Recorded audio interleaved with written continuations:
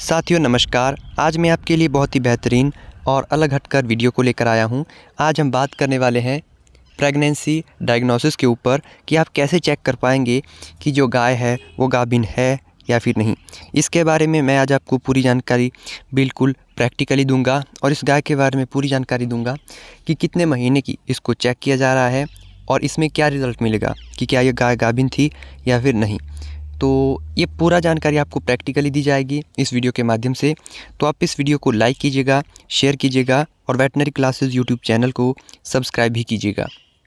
तो चलिए इस वीडियो को स्टार्ट करते हैं। आज हम आपसे डिस्कस करने वाले हैं कि 5 महीने की जो प्रेगनेंसी होती है, क्योंकि ये जो गाय आप अपनी मोबाइल स्क्रीन के ऊपर देख रहे हैं, ओनर का मानना है कि 5 महीने पहले इसको एआई करवाई गई थी। तो अभी आप इसे चेक करें कि क्या यह गाय गाभिन है या फिर नहीं। तो इसी वीडियो में आपको पूरा इसका रिज़ल्ट हम बता देंगे।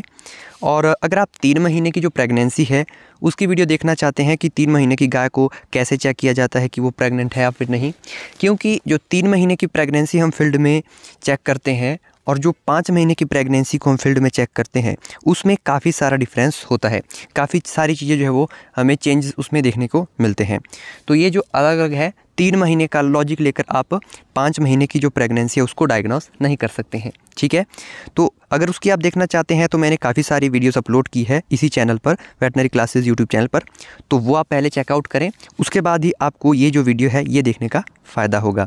तो 5 महीने की जब प्रेगनेंसी को हम डायग्नोस करते हैं तो आपने ग्लव्स डाल लेना है और ग्लव्स डालने के बाद वहाँ पे लिक्विड पैराफिन का आप इस्तेमाल कर सकते हैं। और जब भी आप रेक्टम के अंदर हाथ डालते हैं तो पूरा की पूरा जो गोबर होता है वो सारा की सारा अच्छी तरह से बाहर निकाल लें। और प्रेगनेंसी जब भी आप डायग्नोस करते हैं तो बिल्कुल जेंटली हाथों से ही प्रेगनेंसी को डायग्नोस करना है।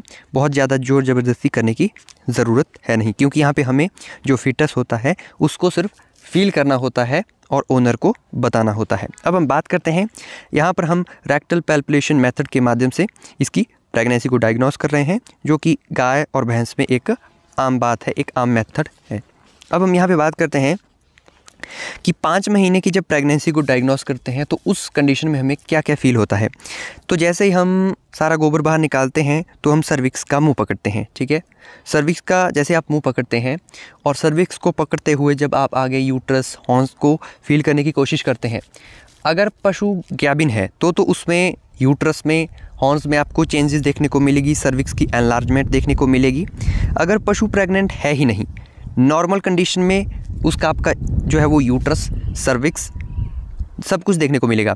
यदि पशु प्रेग्नेंट नहीं है तो उसके जो हॉर्न होंगे, यूट्रस, सर्विक्स का जो साइज़ होगा वो बिल्कुल नॉर्मल साइज का होगा। उसमें कोई भी एनलार्जमेंट या किसी भी तरह का कोई भी चेंज जो है वो आपको देखने को नहीं मिलता है। अगर इस तरह की कंडीशन है तो जो पशु है वो प्रेग्नेंट नहीं है।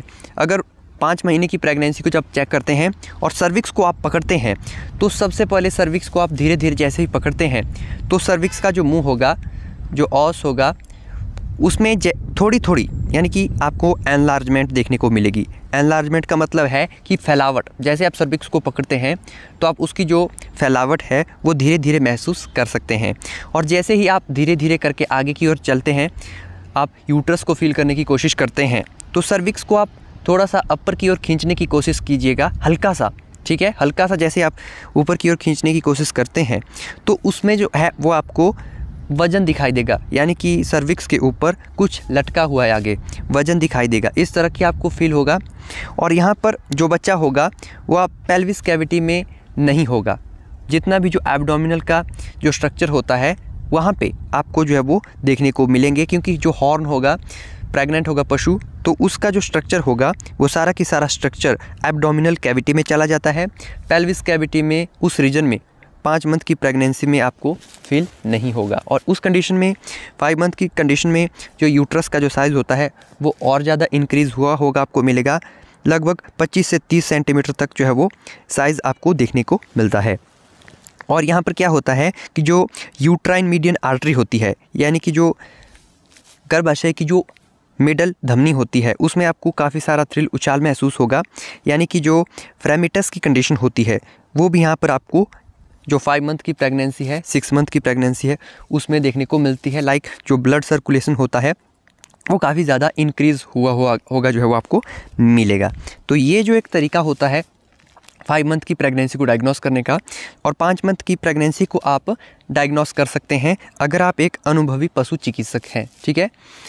और आपको यही मैं रिकमेंड करता हूं कि यह वीडियो सिर्फ आपके नॉलेज पर्पज़ के लिए है। आप ऐसा कुछ भी घर में ट्राई करने की कोशिश बिल्कुल भी मत कीजिएगा। और जब भी प्रेगनेंसी को आप डायग्नोस कराते हैं तो अपने नियर बाय रजिस्टर्ड अनुभवी पशु चिकित्सक से ही इस काम को करवाना है।